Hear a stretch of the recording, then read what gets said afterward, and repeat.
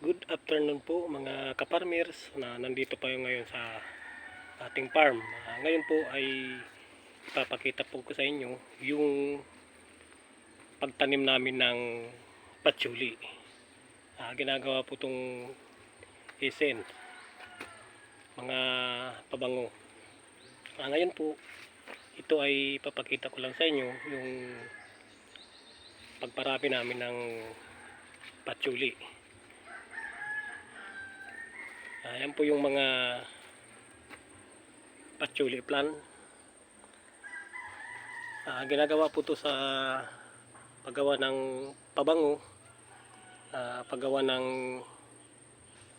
lotion at mga shampoo. Ngayon po ikutin natin yung patchouli area.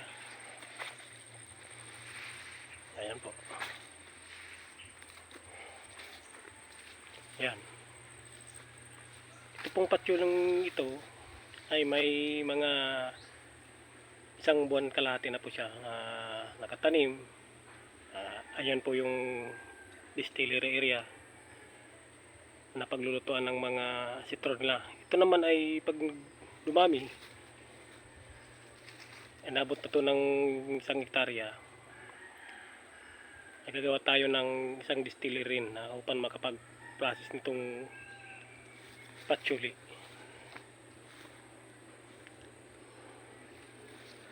Ayan po yung kabuuan.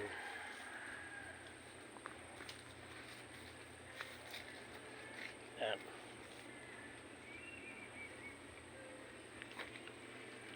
Ito po palang patchouli ay kinakailangan lang nito na nasa medyo malilim na lugar. Mga inabot lang yung tsatsang init na 20 to 30% lang na init ang kailangan nito. Dahil ito ay kailangan sa tubig.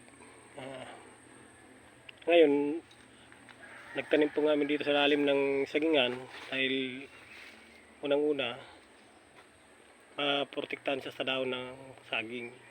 At may malapit po ditong mga pagkukuhanan ng tubig in case na dumating yung summer. Ngayon po, ito ay isang buwan na itanim.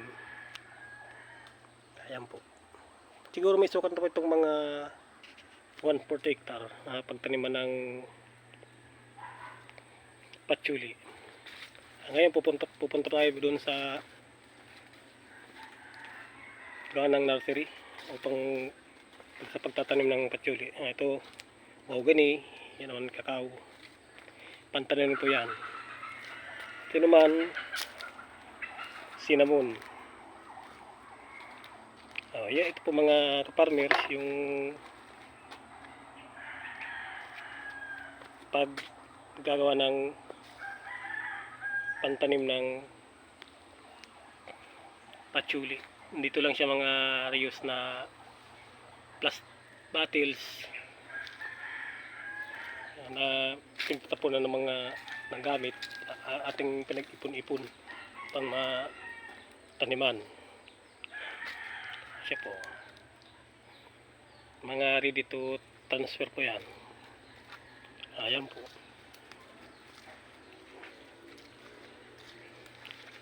Bali, antay lang po tayo dito ng mga ilang buwan. Siguro kahit maliit lang na distillery. Yun itong paglutuan. Ito po pala nasabi ko sa yung tubig na gumawa po kami dito ng tubig. Panahon lang po ng tag-init ay mayroon siyang mga gamit. Ito po hose. Ayan po. Nasa lalim po siya ng sagingan.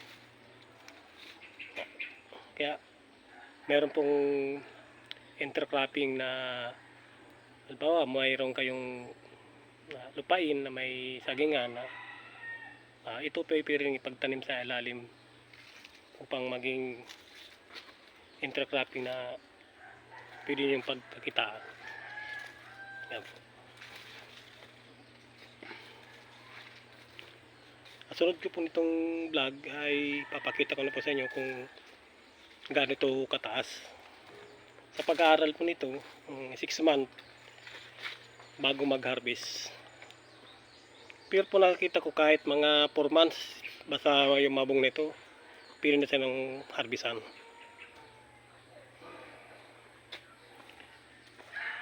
Upang gawin siyang essential oil.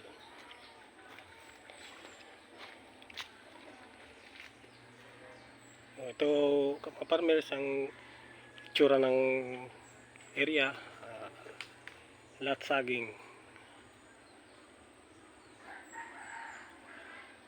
Susunod po nitong vlog ay kung gaano na siya katataas na patchouli at gaano siya kakalawak. Pinakita ko po lang sa inyo yung paparami namin ng patchouli dito sa aming farm. Yung lamang po mga kaparmers, isang magandang hapon po sa inyong lahat. Salamat po. God bless po.